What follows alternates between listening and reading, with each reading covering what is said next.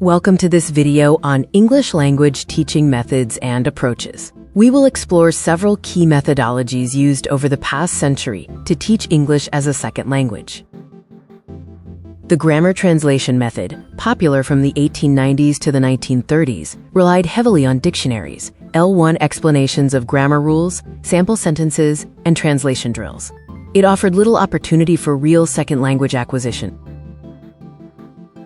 Next, the oral or situational approach, from the 1930s to the 1960s, taught language through structured situations. Vocabulary and grammar were selected based on frequency and usefulness. This approach preceded audio-lingualism. The cognitive approach, in the 1940s and 50s, introduced the four language skills: listening, speaking, reading, and writing.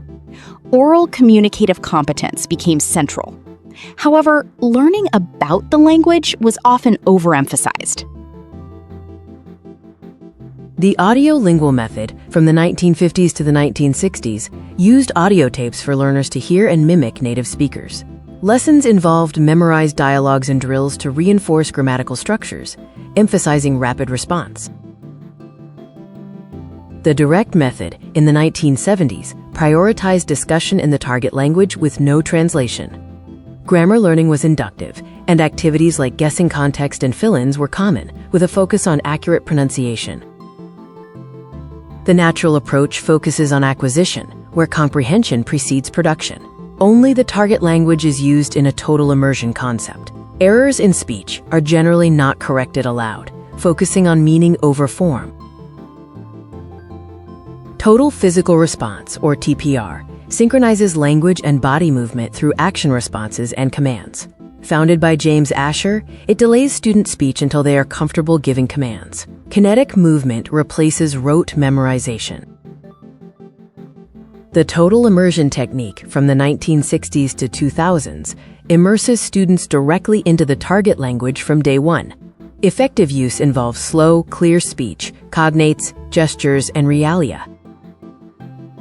The silent way involves the teacher remaining silent while students produce language on cue. Color-coded phonics charts and quiz rods are used. Students are encouraged to self-correct, with the method's strength in drawing students out orally. Neuro-linguistic programming, or NLP, focuses on modeling successful communication strategies and replicating how successful learners process language. It draws on cognitive neuroscience research and prioritizes spontaneous oral communication. Suggestia is a low-stress method that presents material melodically and artistically to activate the, quote, creative side of the brain.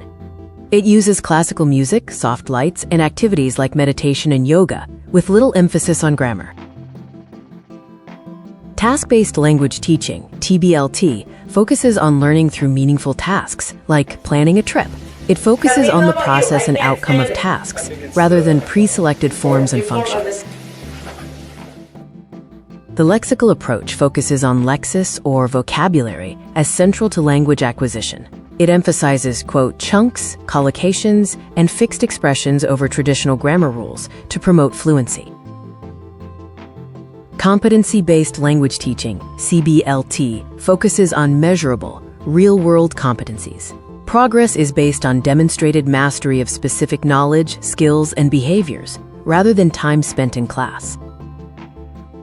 Content and Language Integrated Learning, or CLIL, from the 1990s to 2000s, is a dual-focused approach. A second language is used to teach both content, such as science or history, and the language itself. Cooperative language learning, 1980s to 1990s, uses structured small groups for learning tasks. It maximizes learning through peer interaction, positive interdependence, individual accountability, and group processing.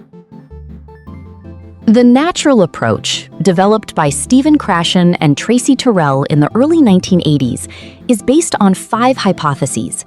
It emphasizes comprehensible input at level I+1, delaying speech production, and lowering the affective filter. Dogme, or Teaching Unplugged, is a 2000s textbook-free, materials-light approach. Teaching emerges from authentic, conversation-driven interaction based on learners' needs and interests, focusing on emergent language. Post-method pedagogy, beginning in the 2000s, rejects the idea of a single, universally effective teaching method. The teacher acts as an autonomous, strategic decision-maker, developing context-sensitive practices.